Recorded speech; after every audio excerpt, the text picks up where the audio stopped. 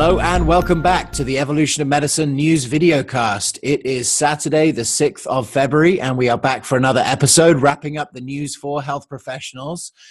Thanks so much to our sponsors, Igbo, for sponsoring this broadcast. If you haven't checked out Igbo before, they are the Uber for phlebotomists and make it easy for you as a health professional to get adherence and compliance with your specialty functional medicine lab testing.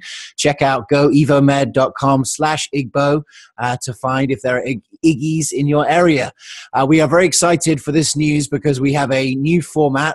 Joining me again, as ever, is my partner, Gabe Hoffman. Welcome, Gabe.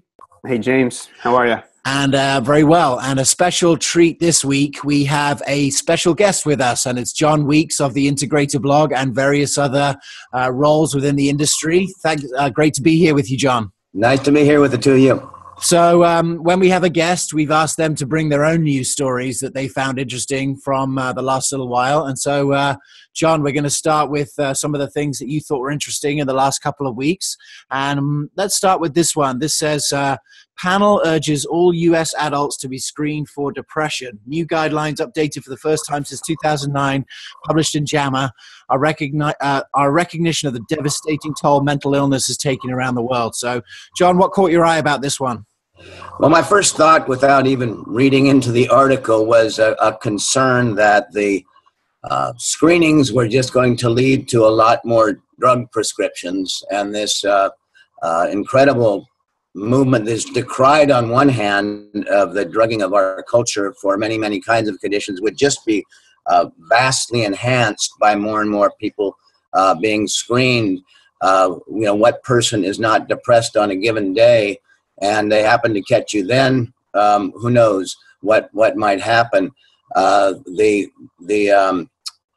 other thought that leapt at me, again, before getting into the copy itself, was an article that piece of news that you reported, I think, in your second news week, which was a study out of Harvard that showed a 43% reduction in medical utilization through use of a mind-body program. This was out of the Harvard Benson Henry Institute, using a mind-body, kind of a whole system, whole person program back there. And my thought was, if we could go from the screening to a mind-body program, which that group recommended, it was so successful, we ought to look at it like a vaccine, that everybody should get the training. I'd feel a lot more comfortable with the headline.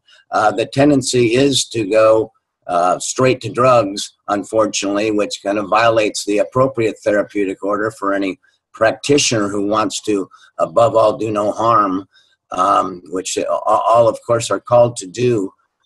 When I looked inside the article, and this is also dismaying, actually going to the guidelines themselves, the evidence is actually not so strong for moving in this direction, and the evidence of the therapies that people are sent for are not necessarily as strong as you'd like them to be, particularly to move into something as significant as this. Absolutely, yeah, such a key issue, and actually good timing, because this week our interview podcast is with Dr. Kelly Brogan. She's an integrative or holistic psychiatrist, and has really spoken about her journey from being someone who prescribes a lot of medication in this field to someone who uses different techniques, and like some of the ones you were talking about, and gets really great results. This reminds me, John, of a few years ago when WebMD had a something on their site where you could sort of fill out a quiz to see whether you were depressed or not, or whether you were your depression quiz, and no matter what answers you gave in the quiz, it told you were depressed. And it turned out that it was actually a sophisticated marketing system for an anti-anxiety medication. It seems like this could be going in this direction. That's a remarkable story. I don't remember that. I'm not surprised it's used as a marketing tool by pharma, sadly. But I had not heard of that, but it does feel like, this is from the U.S. Preventive Services Task Force. These are top scientists. I think that we're unfortunately still in a pretty myopic, drug-focused thinking. when it comes to where we could go with the diagnosis. And that's the larger problem. I think there is a great deal of depression around, but the problem is not with the thing itself. It's the fact that we're likely to be making things worse with the direction we go in treating it. Gabe, I know you work with a lot of people. What are your thoughts on this? I mean, right away you do feel some concern because you get a sense of what this is really about on some level, driving possibly pharmaceutical sales or however. Depression is a very interesting diagnosis, and I think more and more it is going to become a gateway into understanding some of our deeper issues and within our life and within our mental health and our emotional health and maybe the mind-body connection. And the louder that the integrative world is and the more stories that we have of people recovering from these types of things through functional medicine, Chinese medicine. I mean, many people have been depressed and have dealt with it in other ways. And so on some level, I see that the more that this type of stuff happens, that, the Department of Health is and people are pushing for for depression. If we can just be loud enough so that you can think of a holistic option as an option next to these words, it can work in our favor, if that makes sense. I really feel like the more you push it specifically with something like depression, because there's so many different ways to approach it. And I think more and more people are hearing that. Some people have changed the way they feel about themselves through just yoga. And and those stories are going to come out, and I think this could be a real spotlight on that as well. Absolutely. Well, one area that's commonly seen as a cause of depression or something that adds to it, I saw actually last week there was an article that said that they're seeing now that most depression cases are inflammation of the brain. So now they're understanding something that we've been talking about for 2 years on the Functional Forum, is the sort of cytokine theory of depression and inflammation. And one of the biggest ways that you can mediate that inflammation is through diet. And the second article that you found us here, John, was actually Dr. David Katz, who we're a big fan of here at the Evolution of Medicine, and he's not mincing his words about the 2015 Dietary Guidelines. What do you think was the most interesting about this story, John? I'm going to back up first, just because I think that you talked to being loud, Gabe, and I think being strategic as well. We need to, as a community, stand up and be putting our people forward to be on these committees, such as the U.S. Preventive Services Task Force. I was part of an effort through the Academic Collaborative for Integrative Health to suggest some names. We haven't been successful yet, but if we can get people on these teams, we're more likely to be able to get our data, to get our studies, to get our approaches in front of the folks who are setting these guidelines. Same story here, of course, with the dietary guidelines. The interesting thing here, as Dr. Katz points out, is that actually the scientific committee that recommended, that made the recommendations for the guidelines, David comes out and says, what we need to do really is take the scientific committee's report as our guidelines for this next 5 years and forget about the politically mediated report that came out, which to him was such a horror. And it was for many reasons. The issue that leapt out to me had to do with the very controversial but very reasonable one, particularly from a European perspective where they're already doing this in many countries, is having a sustainability provision in the guideline, which is actually to say that when we're making decisions for the personal eating that we do, the recommendations for eating in our institutions and schools, we need to be thinking about how sustainable are the practices that are creating the food supply that we're utilizing. All of the major environmental organizations in the U.S. Have backed that sustainability provision.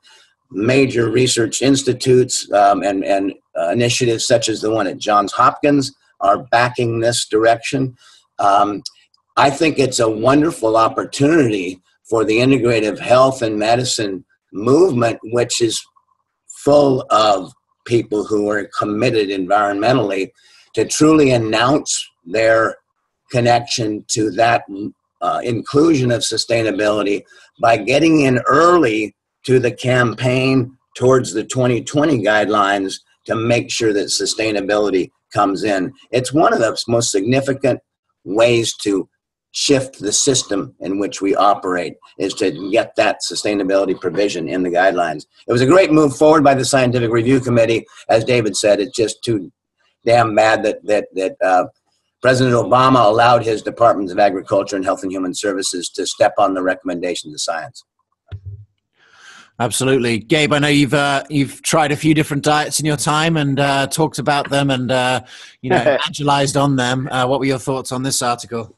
Well, yeah, I mean, I in terms of the specific diet recommendations, we know that everything has both been proven true and not true when it comes to what's the best way to eat. However, I love the piece of incorporating sustainability and not just thinking about nutrition in, nutrition out to the human being, but also what's happening to the greater body, the body of the planet that we all share. I think it also shows you that even when things are scientifically looked at and proven, it doesn't mean that they make it into the regulation. And we know that, but here's another example of that. So it's an interesting article. I mean, it makes me think too about, James, we did a news report recently that talked about how lettuce had a stronger impact. Growing lettuce, it was harsher on the environment than creating pork and bacon. So look, I don't know whether, what's true and what's not. So it is another, I think at the end of that report, we were just kind of like, who knows? Because you're always seeing both sides come up. But in general, I love the idea of being more conscious of the sustainability, the fact that the government should be held accountable, that if we do discover something that seems pretty true across the board, it should be incorporated and not get filtered out based on big money. And we're probably all in agreement about that. And so, yeah, I mean, it's a good story. I think it touches on several factors. And I don't know. The bacon lettuce debate rages on.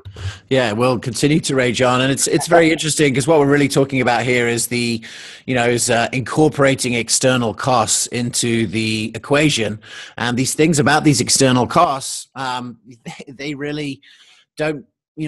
Are hard to measure. I mean, that's the point of them, is that the reason why they haven't been taken into account is that they are hard to measure. What is the, cumulative effect of, growing tons of lettuce or all the cows or otherwise across the world? And so, it's very interesting to see, that they're starting to think in this direction. I think it'll be very difficult to come up with consistent numbers because the whole point of externalities is that they are hard to measure. But, certainly interesting and glad to see Dr. Katz, taking such positive action to write about it. And he certainly didn't hold back. If you read that article, he lets them know what he thinks about the way that process went down, and that's always fun. He was involved, I should say, on the organizing theme in organizing a letter of over 700 practitioners to support the guidelines when they first came out last spring. So he's been in this deeply. His background is not only an integrative medicine leader at Yale, but he's also been funded through the CDC as a preventive medicine doc and working around health promotion. This is right in his wheelhouse, and he had a great right to be as upset as he was, given his commitment to the issue along the way. Absolutely. Yeah, that was a key point. Well, John, there's another piece that you shared with us here that was not so much of a news story, but a joint statement on pain management from the Minnesota Boards of Medical Practice, Nursing, and Pharmacy, talking about opioid prescription drug abuse in America, which I know is a huge issue. What was it that particularly caught your eye on this one? Well, it was two things. One of them was just the fact that it was a joint statement. It's something to honor that's quietly going on around us as the broader medical culture works to be more interprofessional and move towards team care, where we've kind of taken the MDs off their solo pedestal that all wisdom shall flow from a single profession. And here you see all three of the boards coming together with this statement. So it was nice to see that level of collaboration. The second piece that came out, and this is they, like virtually everybody else, who's making declarations on pain care, recommend the use of non-pharmacologic approaches as well. That's an umbrella term that ranges from behavioral health to mind-body to chiropractic massage. I suppose none of and anyway, a lot of what's in integrative health and medicine is therefore included. There's a focus on team care, and in all those areas, we're actually moving away from simply looking at a pharma approach. That's been recommended through the Joint Commission a year ago that accredits all the hospitals in the U.S. There was actually a resolution, quite similar, little stronger language in pointing to complementary and integrative approaches from the American Public Health Association. So these are good signs of really the front edge of integration in U.S. medical practice is through pain care, and it continues. Yeah, absolutely. Pain is such a catch-all issue. It may even be some of those depression cases that you were talking about that end up manifesting as pain. I saw also, you mentioned last week, John, that Obama had asked Congress for more money to fight opioid drug abuse. So it sounds like there's some interest from the very top level in facing this problem in the last year of his administration. Yeah, this just came out. It's a huge initiative, $1.1 billion. Sadly, if you read through their fact sheet on it, there's no direct mention in the fact sheet of non-pharmacologic, integrative, complementary. There's some talk of using other therapies, but mainly they're talking about other medications besides opioids, and a new medication that can be used the more people are trained up to actually bring people back who've overdosed. So it was quite disappointing. I'm not sure what it is about President Obama that he wouldn't have caught on to this direction in the culture. It's brought to mind the fact that Bernie Sanders recently, this last week, went after his FDA appointee successfully as a group of people because the guy is just deeply, deeply embedded in the pharma industry. And when Sanders went after him, he really couldn't say much other than that he was going to continue to be that. And this is the guy that Obama pointed there. So there's a missing piece in the education of the president and his wife. As my spouse told me, you'd think with her focus on wellness and exercise that there might be a more whole picture to what she's working with, but it certainly doesn't show up in this report. It's such a crazy number. When I saw back when I was looking at this the first time here, John, it says in this Minnesota article here, it says the number of people, I mean, we're talking about 46 people dying from prescription opioid addiction or overdose each day. That's a big number. And then in this one, it says that more than 50 people die from an overdose of prescription pain medication. And those who start abusing pain pills later turn to heroin, which claims another 29 people each day. I mean, these numbers, if it was any other thing like guns or, other areas that are maybe a little bit more emotive, would be serious news. I think you're absolutely right to link this with the depression piece as well. I mean, that's some of the concern. They talk about, is marijuana a gateway drug to heroin? I think there's probably a better case that depression drugs would be a gateway drug to heroin. Absolutely. Gabe, any final thoughts on that? I mean, I could just say, personally in the town I grew up in, there's a lot of issues with Oxycontins and these opioids and then also this resurgence of heroin and how there's a relationship between how these drugs work in your body, the prescription pain pills, and heroin's a cheaper alternative. And that's from my anecdotal and personal experience and evidence like that. That's what we've seen happen. And we've had several people die every year in my hometown from overdosing on this. And there's a lot more under it. I mean, there are doctors, there are people who are selling these. They're making a career, a business out of selling these pain pills that are given to them in a prescription form So there's a large shadow to this, and I definitely hope that it gets a lot more attention. There's a lot of things that have to get cleared up around this area. And luckily pain is another area that there's tons of great evidence on integrative and holistic and progressive care that's non-drug oriented. So it's something that needs to be addressed, and it's happening. Yeah, it reminds me of Dr. Chatterjee on Doctor in the House. In the second episode, this guy's on like 25 painkillers, and also that film Escape Fire, where the vet comes back from Afghanistan. He's on all those painkillers, and through the use of guided meditation and imagery and acupuncture, and in Rongan's case, some musculoskeletal work and other root cause interventions, able to to deal with it forever. So I think there's plenty of examples in the public eye that this is moving, that there are other alternatives.